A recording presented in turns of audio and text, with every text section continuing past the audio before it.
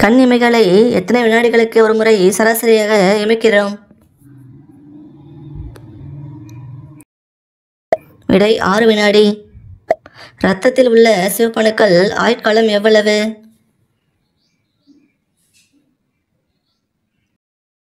விடை 127 நாட்கள்.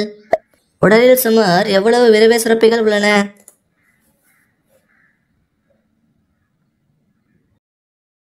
விடை 20 லட்சம். கைகளில் எந்த விரலின் நகம் வேகமாக வளரும்?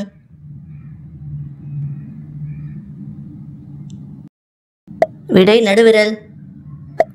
காற்றாலைகள் அதிகமுள்ள மாநிலம் எது?